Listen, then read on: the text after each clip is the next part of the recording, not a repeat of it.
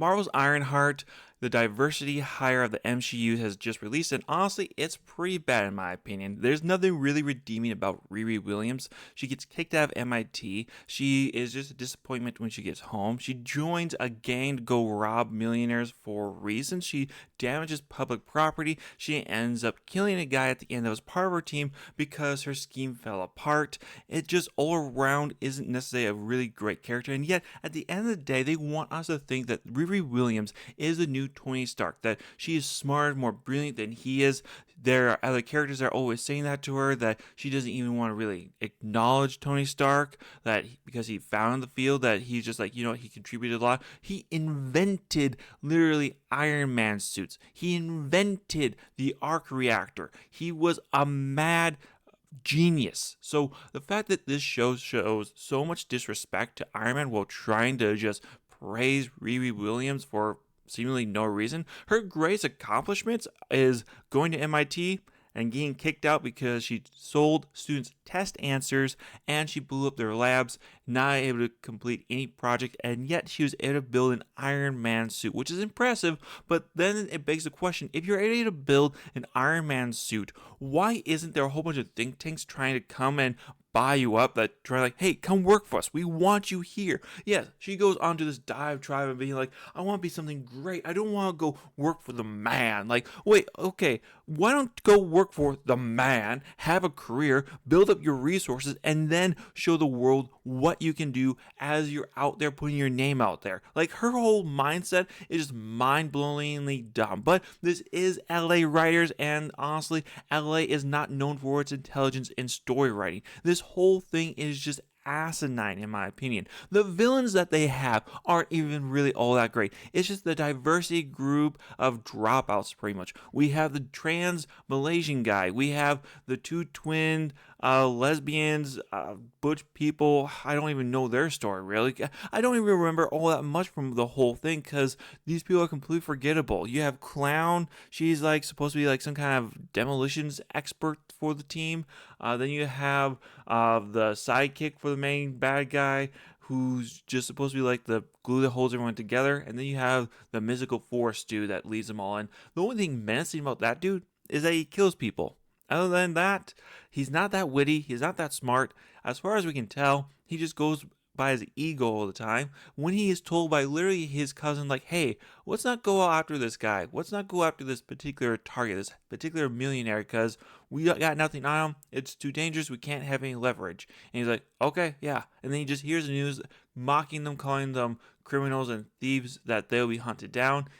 He immediately turns around like, no, we're going to go after him. And on that mission, his cousin ends up dying because of his decision. Now, yes, you can maybe blame Riri Williams for not going back and opening the door for him. But I mean, to be fair, after that whole situation between him and her, where he almost tried to kill her, I don't really blame her. You kind of got what you deserve. Why should she try to save you? She's always shown everyone that she's not a hero. I mean, maybe she's not necessarily a full-on villain, but she did let dude go die, so it is a villainous show, so we'll let it be. She extorts another dude who just got some black market weapons, put them in a bunker, and now she wants them to repair her Iron Man suit. Apparently, Obadiah Stane had a son called Ezekiel Stane that goes by Joe to hide his identity. That is just a soy cuck. Like, I wish I could come up with a better word for him, but he is literally the liberals' definition of a tech guy. Like, he has no backbone. He is subservient to everything Riri Williams wants to do,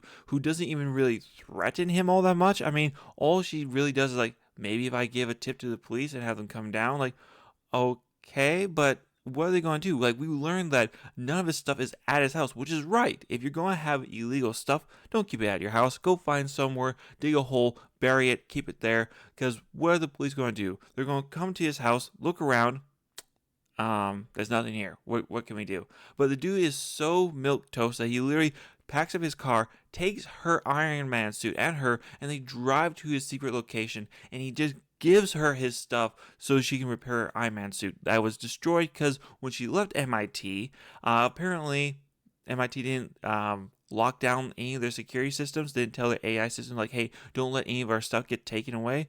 They just let her take her Iron Man suit until she reached Chicago, where they then decided to shut it down. Like, what the heck? Like, you expelled her.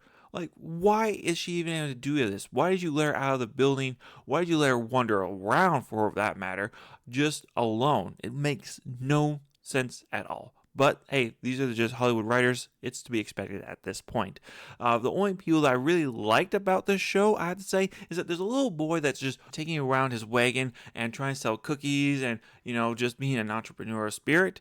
And Riri Williams gets him to carry her stuff, which he then charges $20 for, which I like. And then she wants to use his wagon again later on in the show, but then he charges that $40, which, hey, I'm all for it, man. Keep making that dough. She wants to use your stuff. Yeah, charge her. She has no right to it. So I'm 100% behind the little guy. Keep up it. That's what kids need to be watching here. Not the rest of this show. Just watch those clips with the little kids in it, and that is a-okay. Otherwise, everything else can just be thrown apart. Yeah, I know she has supposedly a tragic backstory that her stepdad and best friend were gunned down in a hit and run, that we have no idea why that has happened yet. Like, would be nice if we got some indicating like it was the team lead that she's a part of.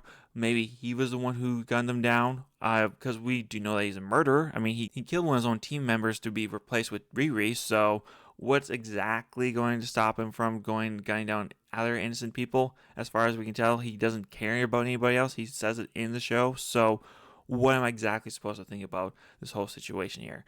She creates an AI out of her mind waves, which makes no sense. I thought AIs were supposed to be created by using code, but now you can just hook wires up to your brain and just create AI that is literally looking exactly like your friend. That is kind of creepy and morbid. Like, I would not want one of my loved ones to hang around after they passed. Yes. Immediately following their passing? Absolutely, I would. But after 4 or 5 years after the pain has settled down, it's still there. I still would love to see him, but I feel like that would just be morbid. I just feel like it'd be wrong to try to resurrect them in the way that Riri does. So I just don't know if that's the best way to go about it. Now, she didn't do it intentionally, but still, it just felt weird having her around.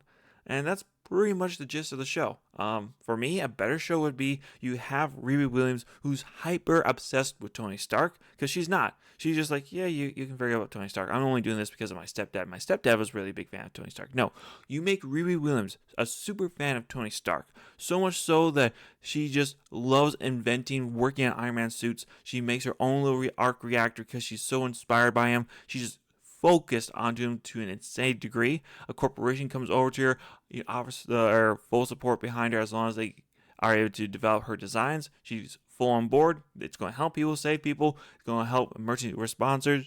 Fantastic. Only for later on to be revealed that it's a bit of a shady company that's doing shady things that are selling her Iron Man suits like off to the cartels. Then you can have the villain coming in who has a vendetta against this company because the cartels use the Iron Man suits to kill people. So now he wants to take down the company and reveals the secret to Riri Williams. And so then Riri acquiesces to his request to take down the company, not realizing just how vindictive and sinister this guy's intentions are for the company as a whole, that would end up creating even more death, and in fact maybe create even an army for his own. Like, that's the way that you should have gone with this. That's how you would end the middle of the season. That would be a far more intriguing story, and then you have to ask the ethical question of what is she going to do here? Like, this is a horrible company, but this guy is also horrible as well, but they're using my designs. What do I do here? Versus the show that we have. It would have just been far better in my opinion. Would be rehashing Iron Man 1 a little bit? Sure,